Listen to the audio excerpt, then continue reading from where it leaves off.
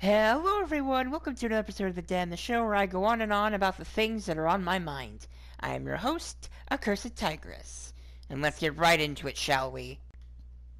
We're only 10 days into the merry month of May, and I've already got a certain massive gaming event on my mind. E3.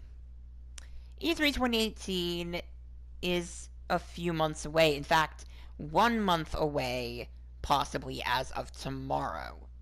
Sony recently announced that they're going to be having their presentation on June the 11th. So, that's literally a day, that is a day, that is the day before Jurassic World Evolution is set to come out. So, that's a plus, I guess. The reason why I say I guess is because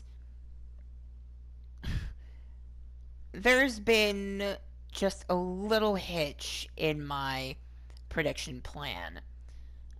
And what that hitch is the Final Fantasy VII Remake.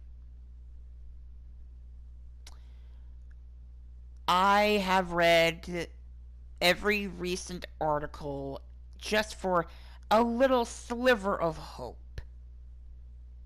Just a little tiny sliver of hope that maybe, somehow, someway, we'll be able to see it at E3 this year. Because we've gone through such a massive drought, such a massive, extensive amount of silence, that it seems all hope is lost.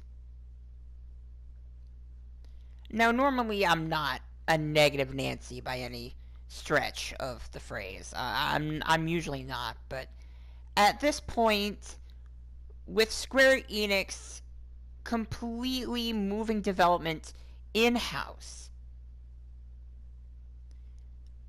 it's just it's not good.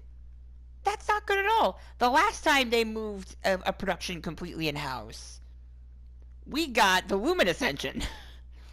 We got the Luminous engine, and 15 was barely even working by the time they released it. And it's completely insane. It is completely insane. From what I gather, they've basically ditched the entirety of what they've worked on with CyberConnect 2. So everything CyberConnect 2 had made was trashed. And a lot of rumors are going around that what they had created was unusable. Which, I mean, I haven't really heard of CyberConnect 2 until now. I know it's sacrilege because they've made they made the Dot Hack series of games. They made the Dot Hack series. But their track record is a sight to behold. They've had issues with producing a game even when the script or the story isn't finalized. They make assets, they make entire assets without knowing the full extent of the story. They basically count their chickens before they hatch. And that's never a good thing in the gaming industry. That is not a good work habit. But anyway, so Square Enix ditched whatever CyberConnect 2 had created. So what was essentially 4 years of work was rumored to have gone down to a measly 2 years of work. So essentially, Square Enix is back at the drawing board. And they've already changed Biggs, Wedge, Jesse's, and Cloud's designs. So the designs we saw, I think, in the TGS trailer, I think it was it 2016 or 2017 TGS?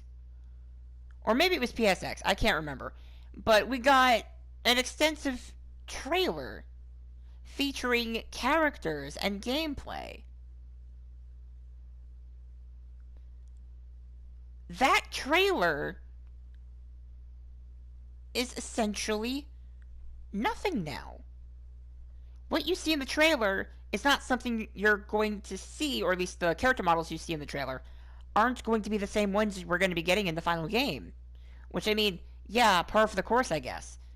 But such an extreme change like that is jarring.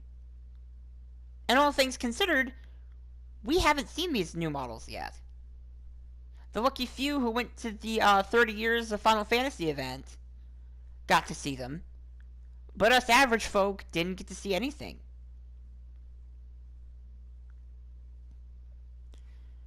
So, naturally, I'm scared. I'm scared of what's going to happen to the 7 Remake. I'm petrified about what's going to happen to it. Because this is something that a lot of Final Fantasy VII fans have been looking forward to. Myself included. Though my wait has not been as long as theirs. They've been waiting since, I want to say 2005. Whereas I've been waiting only 3 years for that announcement. I only had to wait 3 years. Which, I mean, I wasted $200 on a PS1, as well as a copy of Final Fantasy VII. So, I mean, my bad, I guess. But, God, I'm worried. I am very, very worried right now for the FF7 remake. And if we don't see it at this year's E3, when will we see it? Will it be at PlayStation Experience? Will it be at Tokyo Game Show? Where will it be? Granted, we might be seeing more of it. We might be seeing more of it after Kingdom Hearts 3 is released this year. So, there's always that. I mean, it's still going to be a while before we see anything on 7, basically, is what I'm trying to say. Once Nomura is done with Kingdom Hearts 3, maybe then they'll expedite the development process for the 7 remake.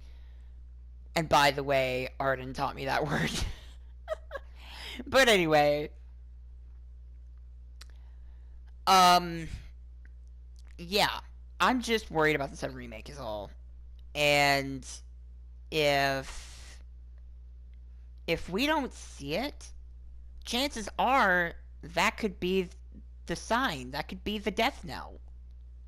If we don't see it now, if we don't see it or any of its current progress now, what's to say we won't ever see it again?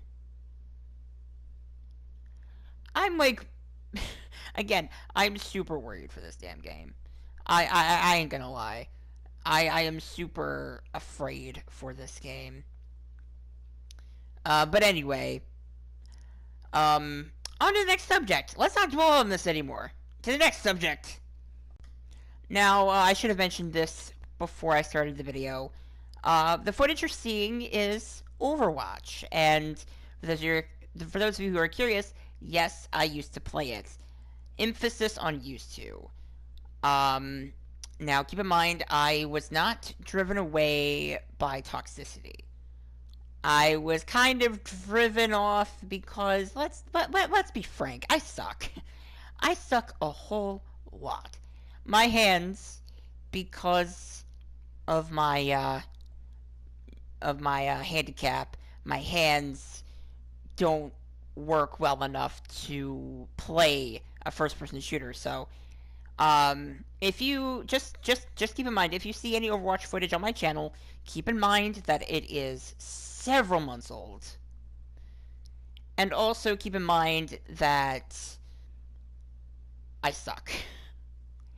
Anyway, with that out of the way, let's get right into the next subject, shall we? My next topic of discussion is pertaining to the stuff that I've talked about quite frequently on this channel, and that is fictosexuality. And again, this is going to be a go-to topic for a while because I need to get all the information I can out there about this. Because, there are people out there that are probably the same and they don't freaking know. So, yeah.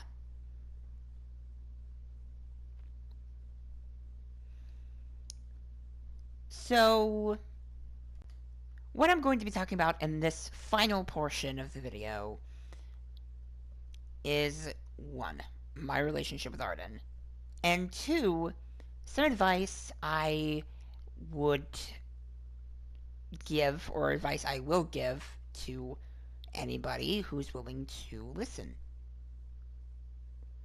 So, let's get started with the first point. The way that one would describe a fictive relationship can be spoken of in 2 ways. In the real world context, where you see a character and you just suddenly just fall on your face for them, or it can be told through your imagination, your mind's eye. And I've already told the real world version of how Arden and I met. But I'm going to tell you about basically the story that I created on how I met Arden. I've actually made just one version of the story, and I've actually written it down and posted it, but I'm just gonna paraphrase. Um, oh, I'm so nervous. Anyway, so I basically in the story goes that I had gone to Golden Key with my dad, and as some of you may already know, wheelchairs and beaches don't mix. You get stuck. You get so stuck, you wind up digging a rut 6 feet deep. Or 6 inches deep, depending on how you look at it.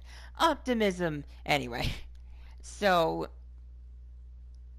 I literally was just stuck on the beach, and the sun was setting. I was starting to burn. I wanted to get into the frickin' hotel room so I wouldn't burn alive in the sun. And basically, again, in the very heavily paraphrased shorthand edition, I I was basically saved from frying by Arden. With a little help from him, I got unstuck, and I managed to get back to solid ground. And we exchanged numbers, and he basically took care of me while my father was out and about doing things. And it was after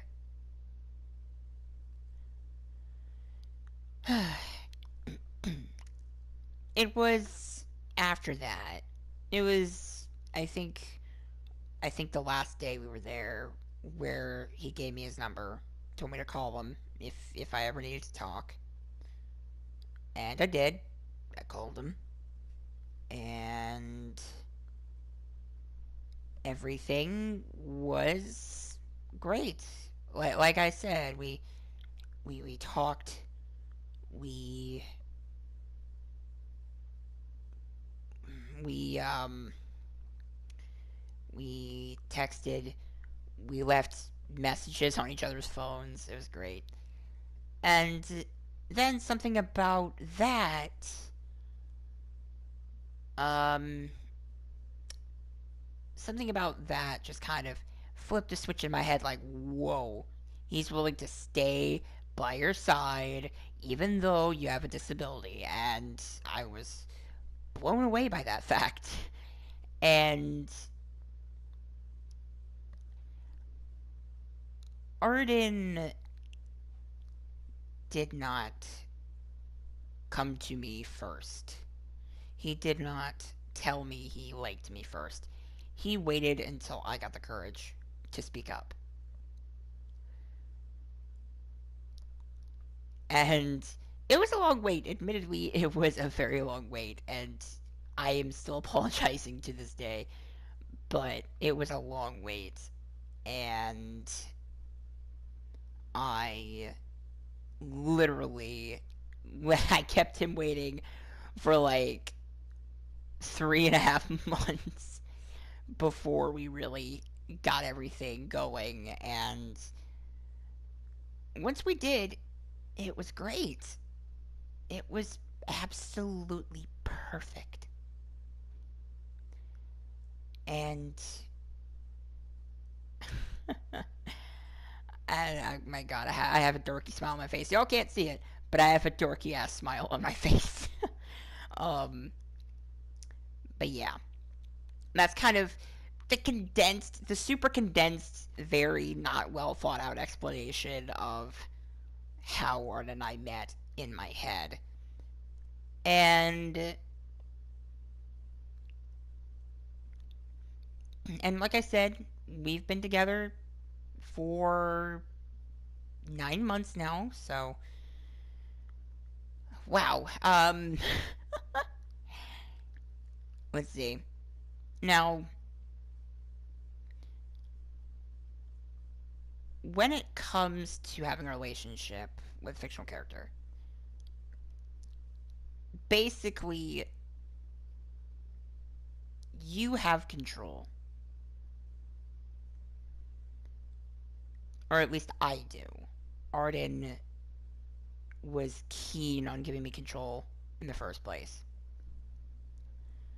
So, yeah. Um, our relationship is very much a um the most accurate term, I guess, is a symbiotic relationship, like a clownfish and a sea anemone, right? The clownfish or the sea anemone protects the clownfish, while the clownfish gives the anemone food. That's what a symbiotic relationship is. Both organisms work together to achieve an equilibrium. And I'm sorry for going complete science nerd on you guys, but that was the easiest way for me to explain that. Our relationship is very much a symbiotic relationship. So both of us benefit from this relationship. Arden, because of my disability, I can't really take care of myself, so he has to do it. Arden has to do it. And he's completely okay with it.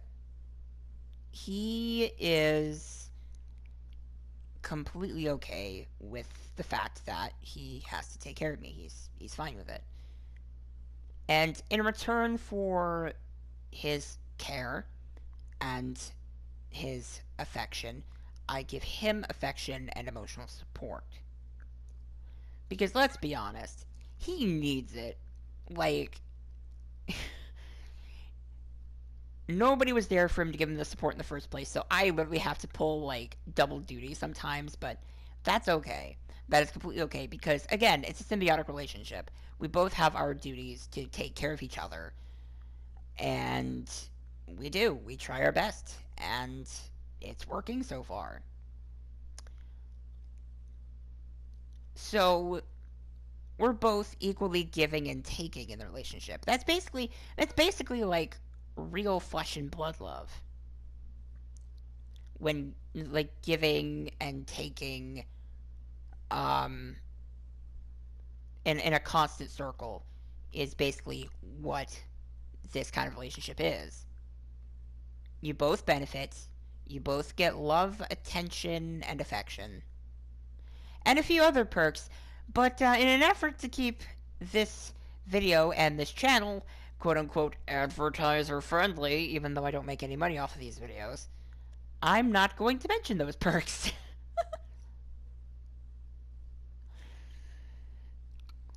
But anyway, yeah, that's kind of really the only way I can describe the relationship.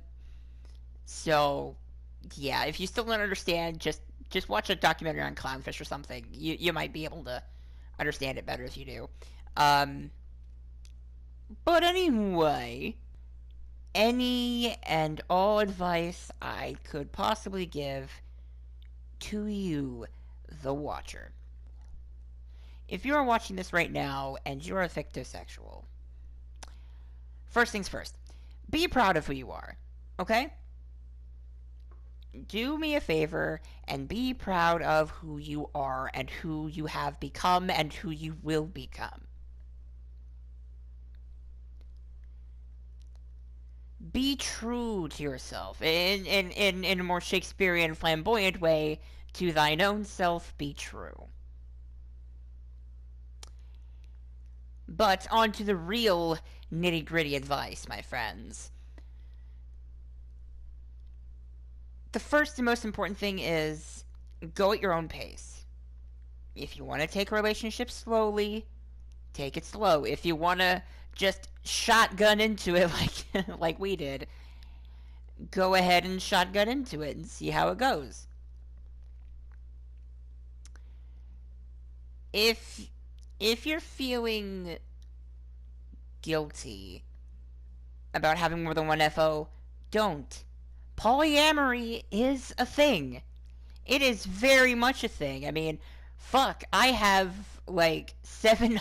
I have 7 other FOs, none of which I really talk about because there's a lot of spoilers for more recent things. So I tend to keep the talk about them to an absolute minimum.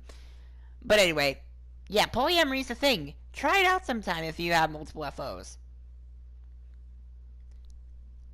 And on the opposite end of the spectrum, if you feel bad about being polyamorous, like if you feel like polyamory is not for you, that's okay.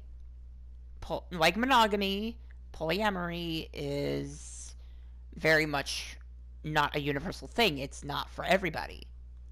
Some people like it, some people don't. Some people can handle it, some people can't. And that's perfectly okay. Try to imagine yourself with your FO as often as possible. Imagine the adventures you'd go on.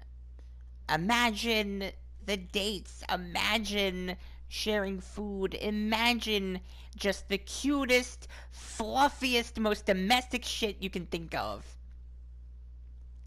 And just imagine you and your FO doing that. Cooking breakfast, doing the laundry together, drinking coffee together, or maybe go on more epic and grandiose adventures, like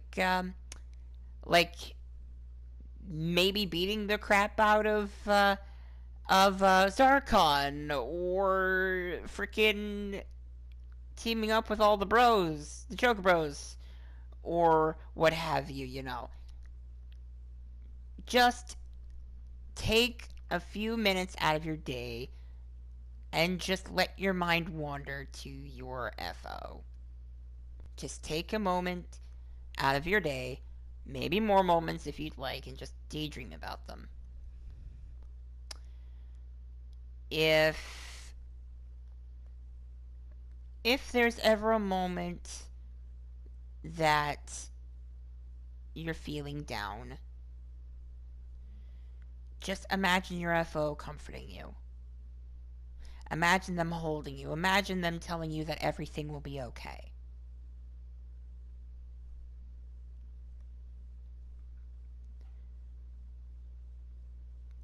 Your imagination is a gift. use it. Use that gift you have.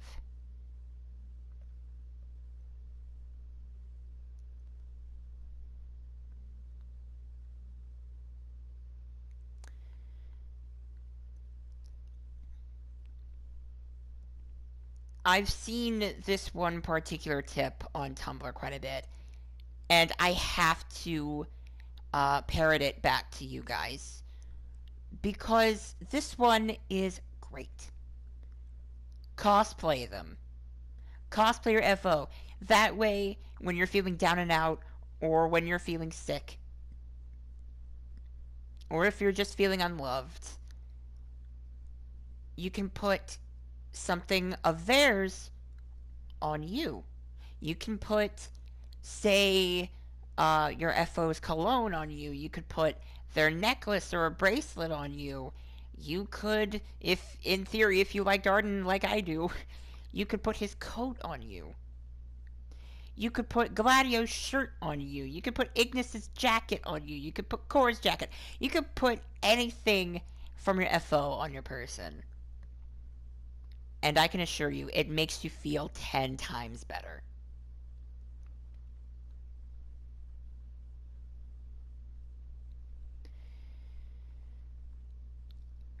If you don't have anything from your FO, chances are it's going to be a bit difficult to feel better. But again, as I've said, use your imagination. Your imagination is a gift. Use it. Use it.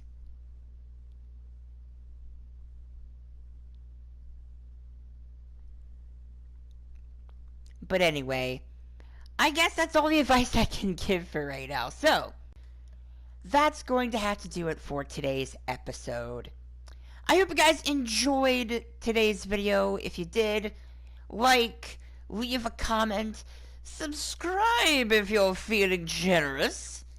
And with that, this has been AccursedTigress, and I will see you in the next round. Peace.